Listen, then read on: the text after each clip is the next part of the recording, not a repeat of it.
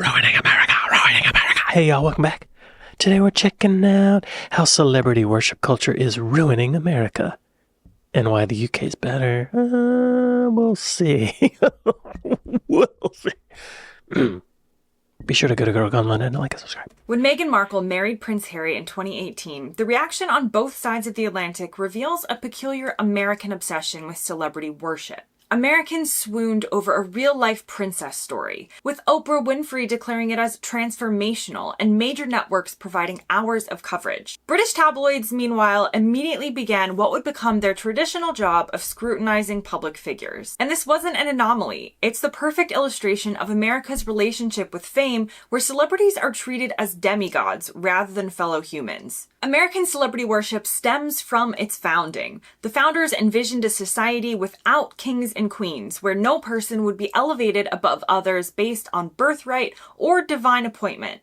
Instead, Americans simply transferred their need for royalty onto entertainers, athletes, and business leaders. This culture creates deeply fanatical behaviors, and the numbers reveal the extent of this obsession. Americans spend over $3 billion annually on celebrity magazines and gossip websites. Really? The average American can name more celebrity couples than Supreme Court justices, and when Princess Diana died in 1997, Americans sometimes mourned more publicly and dramatically than many Brits, despite having no cultural connections to the British monarchy. Americans can name more celebrities than Supreme Court justices. There's only 9 Supreme Court justices. John Roberts, Gorsuch, Alito, Jackson, Kagan, Sotomayor, Kavanaugh. Did I say him already? Thomas? Did I say him already? How many celebrities can I name, though? A lot more than 9. We're not going to go through them. This is interesting. I've never really thought about this much. And I find it interesting that she mentions that because Americans don't have a royal family on purpose, that we put that onto celebrities, athletes, actors, entertainers, politicians as well. Some. What did she say at the very end? When Princess Diana died in 1997. Americans sometimes mourned more publicly and dramatically than many Brits, despite having no cultural connections to the British monarchy. Yeah, when Princess Diana died, that was a big deal. My mom even called me.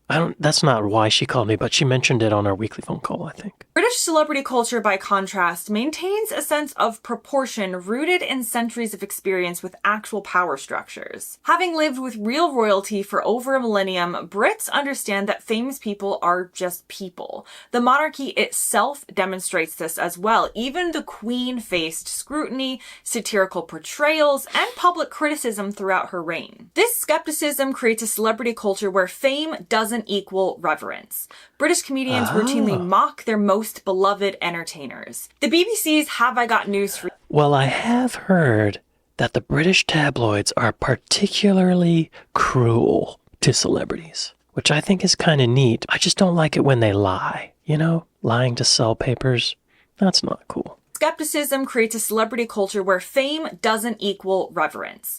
British comedians routinely mock their most beloved entertainers. The BBC's Have I Got News For You has spent decades deflating political and entertainment figures with equal enthusiasm. Even beloved figures like David Beckham or Elton John face regular jokes in British media that would be considered sacrilege in American entertainment journalism. Gordon Ramsay is another great example of this cultural divide. In America, he's portrayed as a lovable, tough love mentor. Shows like MasterChef Jr. present him as a gentle giant who transforms children's lives through cooking, and we also have the other side where he's flinging pots and pans everywhere in Hell's Kitchen, but American media sees him as this idol. I'm not one of them. I think he's very cruel, and he does that for fame. He's cruel for money, cruel for pay, to get attention. I don't like that. Network specials treat him like a motivational guru whose harsh words contain hidden wisdom. But in Britain, Ramsay faces constant scrutiny. Good. The tabloids regularly expose his business failures, mock attempts at fine dining, and question whether his restaurants actually deserve their reputations. British food critics dismiss him sometimes as more of a showman than a chef. When his restaurants struggle or close, British media reports it with barely concealed glee. The same man who receives hero treatment in America gets treated like any other businessman who should be held accountable for his claims in the UK. I share that glee when he fails. And the reason is American celebrity culture. It operates kind of like its own form of religion. It has saints and miracles and pilgrimage sites.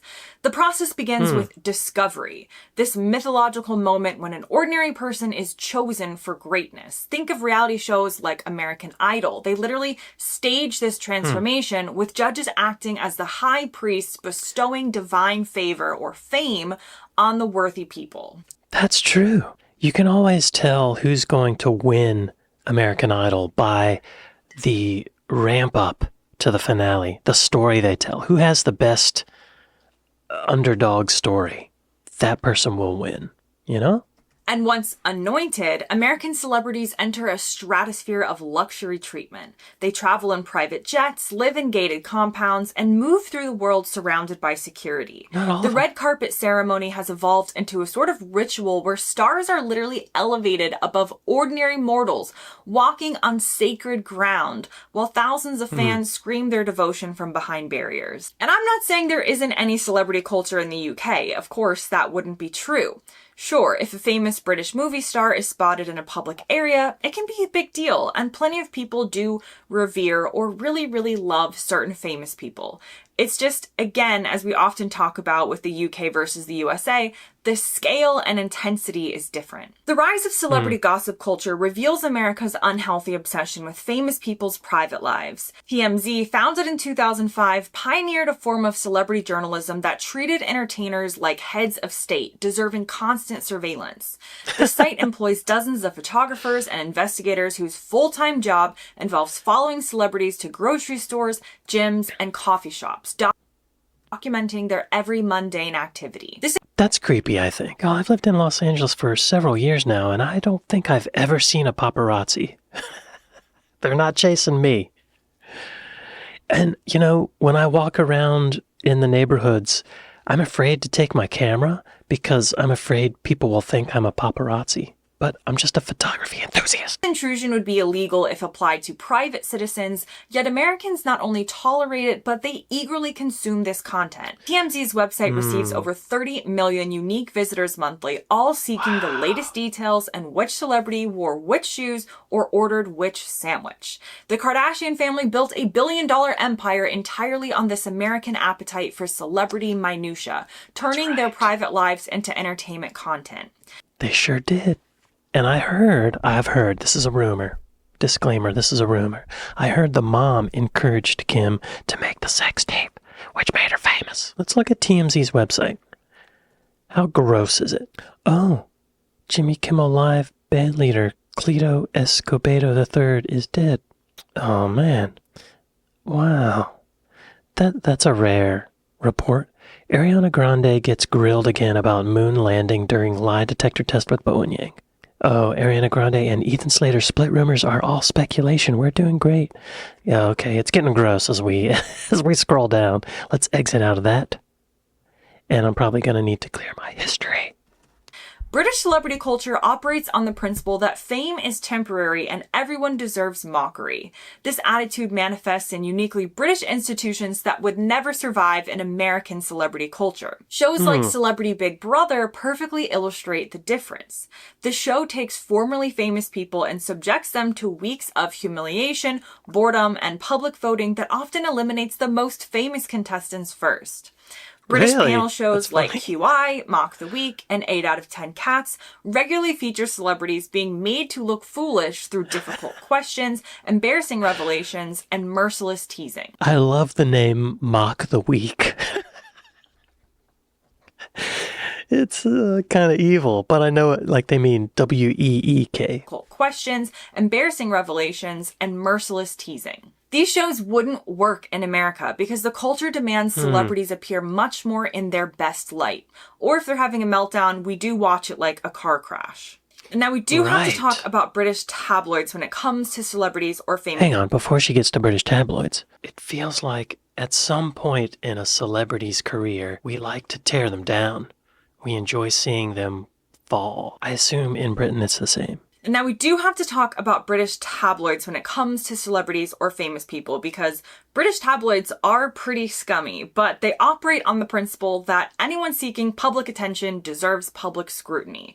This creates a sort of natural ceiling on celebrity worship in the UK, because every star knows that they're one scandal away from front page humiliation. I'm not saying it's right, we're just discussing the differences. The British press treatment of celebrities ranges from affectionate mockery to outright hostility, depending on whether the celebrity seems to be getting above themselves. When footballer David Beckham received an OBE from the Queen, tabloids immediately began taking him down. The treatment extends even to beloved national treasures like Sir Paul McCartney. When he married Heather Mills in 2022, British media initially celebrated the match, but as Mills began making public statements about various causes, the same outlets turned ruthless. Was that 2022?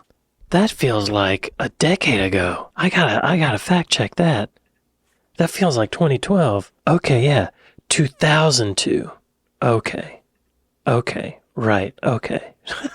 When he married Heather Mills in 2022, British media initially celebrated the match, but as Mills began making public statements about various causes, the same outlets turned ruthless. Now, let's talk about the psychology of American celebrity culture, because you could argue that celebrity worship stems from actually deep insecurities about class, about achievement, and about your own self-worth. In a society that promises anyone can become anything, celebrities represent proof that the American dream works. I get distracted whenever I see the Hollywood sign, because I start thinking, oh, that's down the street. I'll probably go on a hike later and see that in the distance. It's very close by, but I'm not telling you where I live. Los Feliz. Class, about achievement, and about your own self-worth. In a society that promises anyone can become anything, celebrities represent proof that the American dream works. They're walking advertisements for the possibility of transcendence, which explains why Americans become so invested in their success stories. This creates a psychological need to believe celebrities possess special qualities that justify their elevation. Americans convince themselves that actors must be more intelligent, singers are more spiritual, and athletes, maybe they're more moral than ordinary people. When celebrities inevitably reveal their human flaws, like addiction or simple stupidity, it creates genuine crisis for a culture that's projected their own dreams onto these figures. British skepticism towards celebrities reflects an understanding of human nature rooted in, like I mentioned before, centuries of experience with power and privilege. They've lived through kings, queens, prime ministers, and countless other authority figures, understanding that power and talent doesn't equal virtue or wisdom. This creates a celebrity culture that's simultaneously more affectionate and more realistic than its British counterparts. Wait. The Brits have lived through kings, queens, prime ministers, and countless other authority figures, understanding that power and talent doesn't equal virtue or wisdom. Right. This creates a celebrity culture that's simultaneously more affectionate and more realistic than its British counterparts. I thought she was explaining the British. Did she mean American counterparts? I'm confused. British audiences can genuinely love their entertainers while maintaining emotional distance. They don't need celebrities to be perfect because they don't expect ordinary humans to be perfect, and celebrities are seen much more close to ordinary humans than what Americans view them as. And American celebrity worship has created serious political consequences as entertainment figures increasingly influence public policy debates. Whether it's Gwyneth Paltrow promoting health treatments or Jenny McCarthy talking about vaccines, their celebrity status lends credibility to what could be dangerous ideas. The 2016 and 2020 American elections featured unprecedented celebrity involvement, with stars like Taylor Swift, Oprah Winfrey, and countless others making political endorsements. And these are treated like decrees by media outlets. It creates a political system, no matter which side you're on, where fame matters more than expertise, policy knowledge, or democratic experience. And look where that got us. Look where we are now, because of all that.